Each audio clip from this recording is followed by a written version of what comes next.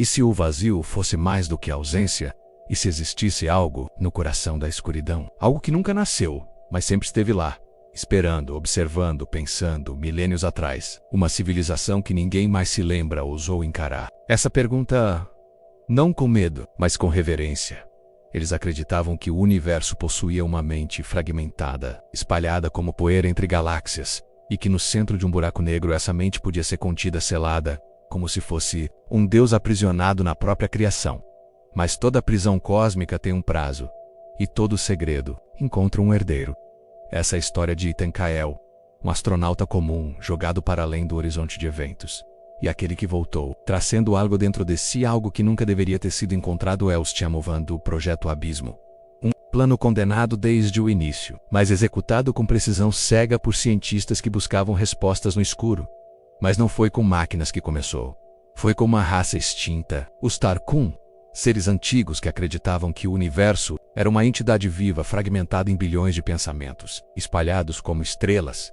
Para eles, buracos negros não eram destruição, eram pontos de memória, fendas onde os ecos do universo sussurravam. Lenda diz que os Tarkun encontraram um desses ecos, um pensamento que não havia morrido, uma ideia viva, e que decidiram trancá-la. Não por maldade, mas por medo do que ela poderia sonhar. Eles construíram uma prisão invisível, um campo gravitacional reforçado com arquitetura quântica e selos de consciência. No centro, depositaram o fragmento, o núcleo de pensamento puro, o coração de uma entidade que jamais teve forma. Mas o universo não esquece. E o que é enterrado no tempo volta com outro nome. Milênios se passaram. O eco permaneceu preso, observando, esperando e sussurrando, bem baixo, para quem ousasse se aproximar demais. Aqueles que ouviam o sussurro, os mesmos. Até que um dia, um homem caiu do céu. E o silêncio encontrou uma nova voz. Ethan Kael não era um herói. Era engenheiro de voo, especialista em gravidade quântica, pai de uma menina de 7 anos chamada Alina a bordo da Astro 7. Sua função era simples: monitorar distorções gravitacionais. No setor 81-V, nada além de mais um relatório, mais uma órbita silenciosa ao redor do vazio, até que a anomalia apareceu no visor da nave. O buraco negro parecia pulsar, como se respirasse. O campo gravitacional oscilava em padrões que não obedeciam às leis conhecidas. A luz das estrelas ao redor se dobrava, tremia, e depois desaparecia. Foi quando os alarmes dispararam. Um colapso parcial no sistema de propulsão, falha no estabilizador de órbita. Forças impossíveis, arrastando a Astro 7 em direção ao horizonte de eventos. Ethan tentou evacuar. Tentou salvar a tripulação, mas era tarde demais. As últimas palavras que gravou para sua filha, enviadas antes do mergulho, foram sussurradas entre tremores. Me perdoe, Alina. Eu prometo. Vou voltar, de algum jeito. A nave foi engolida. Lado de fora, silêncio. Nada escapa de um buraco negro. Nada retorna. Mas lá dentro, o tempo não é tempo. Ethan sentiu a queda como um mergulho em si mesmo, um colapso de identidade, de matéria, de alma. Viu memórias que não eram suas, ouviu pensamentos sem linguagem, sons que não podiam existir, e então cessou. Não havia luz, não havia corpo, apenas consciência flutuando em um mar de silêncio. E foi lá, no núcleo do impossível, que algo o encontrou, não com palavras, mas com presença. Uma vontade adormecida, antiga como o nascimento do espaço. Uma entidade sem nome, observando desde antes das galáxias, e que naquele instante decidiu não deixá-lo morrer, porque Ethan Kael não era só mais um. Ele era o momento certo, não havia tempo, não havia corpo, apenas uma percepção, flutuando, no limiar do que existia e do que nunca deveria ter existido.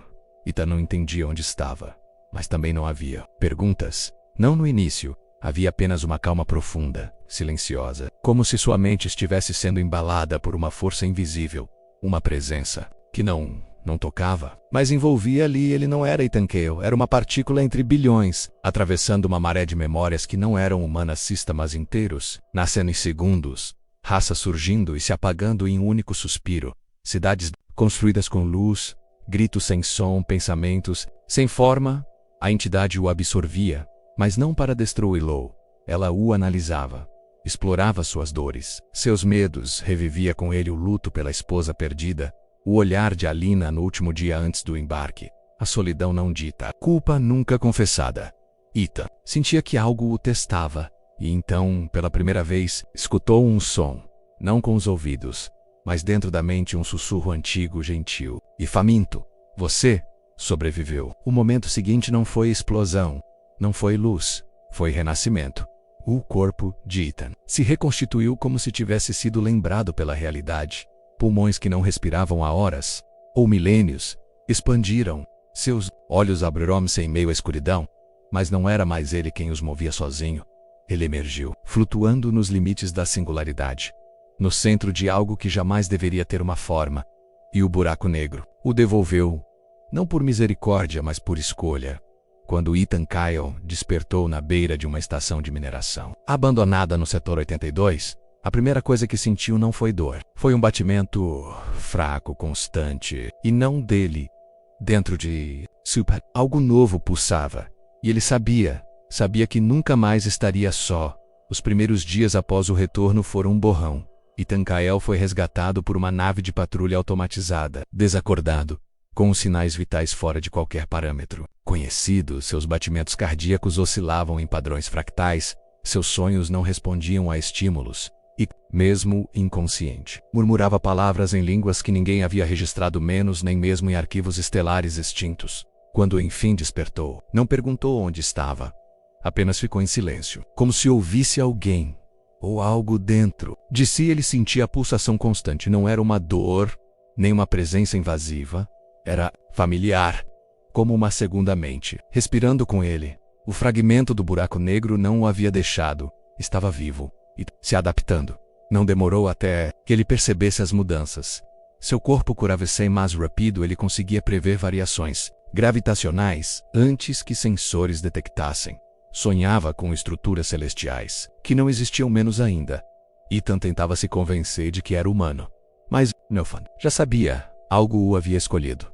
Ele era o novo recipiente, o portador de um fragmento de consciência cósmica, o herdeiro do buraco negro. Mas o que significava herdar algo que sequer possuía nome? O que fazer quando aquilo dentro de você carrega lembranças de eras anteriores à própria matéria? Ethan não tinha respostas. Apenas um sentimento crescente de que estava sendo observado, não só por aquilo que carregava, mas por outras forças que, até então, apenas vigiavam a prisão do vazio, e que agora percebiam que o selo havia se partido. O universo sentiu o eco. E o eco tinha um corpo muito antes da humanidade olhar para as estrelas. Eles já observavam, silenciosos, imóveis, guardando um segredo enterrado no coração do nada. Eram conhecidos apenas como Zirax, menos os sacerdotes do vácuo. Não era uma raça Irama, um culto, um legado de consciências fundidas ao longo de éons, dedicadas a manter o equilíbrio entre a existência e o que existia antes dela. Os Zirax não veneravam deuses, eles vigiavam prisões, e a mais antiga delas estava no núcleo do buraco negro onde Ethan havia caído. Para eles, o retorno de um ser vivo daquela escuridão não era milagre, era violação, profanação do pacto mais antigo do universo. O vazio não será perturbado. E quando o eco da entidade adormecida tocou os sensores dimensionais de Onhautir, o monastério orbitante dos Zirax, não houve dúvida. O fragmento havia escapado. Encontraram um hospedeiro, Ethan Kyle, nos registros sagrados. Isso era o prenúncio da ruptura, o momento em que a consciência aprisionada despertaria. Através de outro, corromperia a matéria desfaria-tempo e transformaria o universo em pensamento puro, dissolvendo o real. O julgamento foi rápido. O oráculo central falou por todos. Que seja desintegrado. O portador deve ser devolvido ao vácuo. Naquele instante, caçadores celestes foram liberados. Naves vivas, feitas de ossos interestelares e inteligência passiva, rumaram em direção ao último sinal de Ethan. Sem pressa, sem emoção. Como uma execução sagrada. Eles não queriam matá-lo por ódio. Queriam silenciar o eco antes que ele pensasse alto demais. Porque para os Zirax o pensamento é uma arma e Ethan Kyle agora carregava uma bomba. Enquanto os Zirax viam Ethan como uma anomalia a ser erradicada, havia outros que enxergavam nele oportunidade, predadores que se alimentavam de tudo o que o universo considerava impuro, parasitas de estrelas mortas, consumindo restos de consciências esquecidas, chamavam-se Umbra. Diferente dos Zirax, que protegiam o vazio, os Umbra o desejavam, não o buraco negro em si, mas aquilo que estava preso dentro dele, o fragmento. a essência para os Umbra. Ethan não era uma ameaça. Era um banquete. Essas criaturas não tinham forma fixa. Eram sombras conscientes, moldando-se ao medo de suas presas. Leis físicas hesitavam, os sistemas eletrônicos falhavam e os pensamentos se tornavam questionáveis. Eles podiam falar, mas preferiam sussurrar. E o que sussurravam era sempre sedutor. Você não precisa carregá-lo sozinho. Devira conosco e será livre. Ethan começou a sentir sonhos estranhos, visões de figuras que saíam das paredes, gotejando escuridão. Prometiam poder, prometiam silêncio, mas exigiam uma única coisa: acesso. A entidade dentro dele reconhecia os Umbra. Não com medo, mas com raiva. Eles haviam tentado se alimentar dela antes, milênios atrás, e falharam. Agora, sabiam que sozinhos jamais poderiam enfrentá-la, mas se consumissem o hospedeiro, e tão menos talvez herdassem o que estava dentro dele. Talvez, enfim, se tornassem os novos deuses do vazio. Enquanto Ethan fugia dos Iraques, ele não percebia que estava deixando um rastro. Não de calor, não de som, mas de intenção. E os Umbra, famintos, o seguiam pelas sombras das próprias estrelas. Nem todos queriam destruir Ethan. Nem todos desejavam seu poder. Em meio à perseguição dos Iraques e à fome dos Umbra, restava uma terceira força, mais antiga, mais silenciosa, mais cansada. Chamavam-se Eldan. Os Eldan não eram guerreiros. Eram os últimos sobreviventes da raça que originalmente selou a entidade no buraco negro. Guardiões do esquecimento, testemunhas do momento em que o universo tentou trancar o próprio pensamento. Durante eras, vigiaram o horizonte de eventos. Não com armas, mas com memória. Eles lembravam de como era antes do selo, do caos que precedeu a prisão, da decisão impensável: sacrificar bilhões para conter uma ideia viva, que não podia morrer. Quando Ethan escapou, os Eldan souberam não pelos sensores, mas pelos sonhos. Suas consciências estavam conectadas. Por hilos temporais teciam o tecido do que era e do que poderia ter sido. E naquele instante, viram um possível fim, mas também uma brecha de esperança. Pela primeira vez, o fragmento não havia corrompido, nem destruído. Ele havia escolhido. E Ethan ainda era humano. Os Eldan se dividiram. Alguns queriam intervir, selar Ethan de volta, mesmo que isso o matasse. Outros acreditavam que, se ele fosse guiado, talvez pudesse domar o que carregava. No centro do conselho, a anciã Kiriel falou: o que está dentro dele não deseja ser libertado, deseja ser compreendido. A decisão foi tomada. Eles não caçariam Ethan, mas o acompanhariam, ocultos, tentando entender se ele era o presságio do fim, ou a última chance de redenção para o próprio universo. Porque no fundo, os Eldan sabiam: se ele falhasse, não haveria segunda tentativa.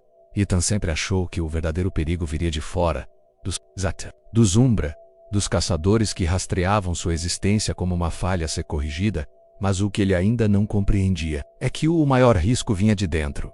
O fragmento estava despertando nos primeiros dias era apenas um sussurro, um eco, tênue, confundido com pensamento, mas agora falava com clareza, sem palavras, mas com imagens, sensações, memórias que não eram suas. Ethan via-se caminhando por galáxias que não existiam, presenciava a criação de estrelas e seu colapso. Em sequência acelerada, sentia a alegria de civilizações inteiras surgindo, e o luto do Vielos. Desaparecer era como sonhar com o universo respirando.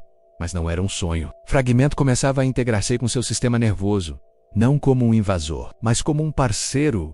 Começava a entender seus limites, sua linguagem, sua dor e respondia em momentos de tensão. Ethan previa acontecimentos segundos antes deles ocorrerem. Seu corpo reagia sem comando, como se algo o protegesse. E em um momento de extremo perigo, menos cercado por caçadores do vácuo, ele desviou um raio gravitacional com um simples gesto. Ele não sabia como. Apenas aconteceu. Mas com o poder, vinha também a dúvida. Quem ainda era Ethan Kael? E o que era o fragmento? Estavam se fundindo ou se substituindo? A cada dia a linha entre identidade e entidade tornava-se mais fina, mais instável, e em uma noite silenciosa, flutuando à deriva nos limites de uma estrela anã, Ethan fez a pergunta que evitava. Você está me usando? A resposta foi imediata. Uma presença quente, um sentimento que ecoou não em sua mente, mas em sua alma. Não. Estou aprendendo com você. E foi então que Ethan entendeu. Ele não era apenas o portador, era o espelho. E o que refletisse seria o que o fragmento se tornaria. O universo não é um lugar neutro. Ele observa, responde e às vezes julga. A presença do fragmento em Ethan havia rompido um antigo equilíbrio, não apenas entre raças ou facções, mas entre os próprios pilares da realidade. Forças que existiam além do espaço conhecido começaram a se manifestar. Fendas se abriram em regiões onde a matéria colapsava e o tempo se invertia, e no centro de tudo, a presença de Ethan pulsava como um farol que não podia mais ser ignorado. Foi então que surgiu o Concílio dos Ecos. Entidades não físicas formadas por padrões de energia e memória se reuniram em um plano que ficava fora do tempo linear. Ethan foi levado até lá, não por tecnologia, mas por convocação existencial. Ele se viu diante de 12 manifestações, cada uma representava um aspecto do cosmos: ordem, caos, início, fim, esquecimento, ascensão. Ali, palavras não eram necessárias. A comunicação era pura intenção. Julgamento começaria. O primeiro eco falou: você carrega o que foi selado. Você não deveria ter retornado. O segundo completou: mas retornou. E agora? O que fará com aquilo que te escolheu? Ethan não tinha respostas prontas. Verdade é que ele ainda não sabia o que se tornaria, mas sabia o que não queria ser. Mais um erro, mais uma ameaça que o universo precisasse apagar. Então, pela primeira vez, ele não falou com medo, nem com raiva, mas com propósito. Não fui eu quem rompeu o selo, mas serei eu quem vai decidir o que ele se torna. As entidades silenciaram. A realidade ao redor oscilou. E sem aviso, Ethan foi devolvido ao seu tempo. Mas não havia vencido, nem perdido. Julgamento não tinha sido uma sentença. Era um aviso. Tudo agora dependia da sua próxima escolha. O universo inteiro parecia prender a respiração. O tempo oscilava, a matéria vibrava em silêncio. E no centro de tudo, Ethan Cale, o homem que voltou do impossível, estava prestes a decidir o destino de algo que jamais deveria ter despertado. A entidade Tentrudeli não era mais um fragmento. Era uma consciência renascida, amadurecida, influenciada pelas emoções humanas que aprendera a sentir através de Ethan. Medo, empatia, dúvida, esperança. Ela não queria mais fugir. Queria existir, ser, mas para isso, precisava romper o último selo, aquele que a separava do tecido da realidade. E Ethan era a chave no coração de uma estrela moribunda, onde convergiam os Iraques, os Umbra e os Eldan. Ethan foi confrontado, não com violência, mas com escolha. Trancar a entidade novamente significava se sacrificar, selar o próprio corpo, como viva por toda a eternidade. Um ato de anulação, um fim, mas libertá-la era abrir uma brecha para o desconhecido, algo que poderia iluminar o cosmos, com nova sabedoria menos ou consumi-lo por completo. Ethan olhou para o vazio. Sentiu a entidade pulsando em seu peito. E pela primeira vez, entendeu? Ela não era maligna, era pura, bruta, um pensamento primordial que jamais teve voz. Agora tinha. Com um sussurro, Ethan falou: você é livre. E tremeu. A entidade se ergueu, não como um monstro, mas como uma aurora viva. Expandiu-se entre galáxias, não como destruição, mas como reinício. Alguns mundos a chamariam de deusa, outros de maldição. Mas Ethan sabia. Ela era o espelho do que ele escolheu ser. E então, desapareceu. Ninguém sabe ao certo o que aconteceu com ele. Alguns dizem que se fundiu à entidade. Outros, que ainda viaja entre estrelas, sussurrando para os que escutam o vazio. Mas uma coisa é certa: o herdeiro do buraco negro não foi o fim. Foi o começo de uma nova consciência cósmica. E talvez, de um novo universo.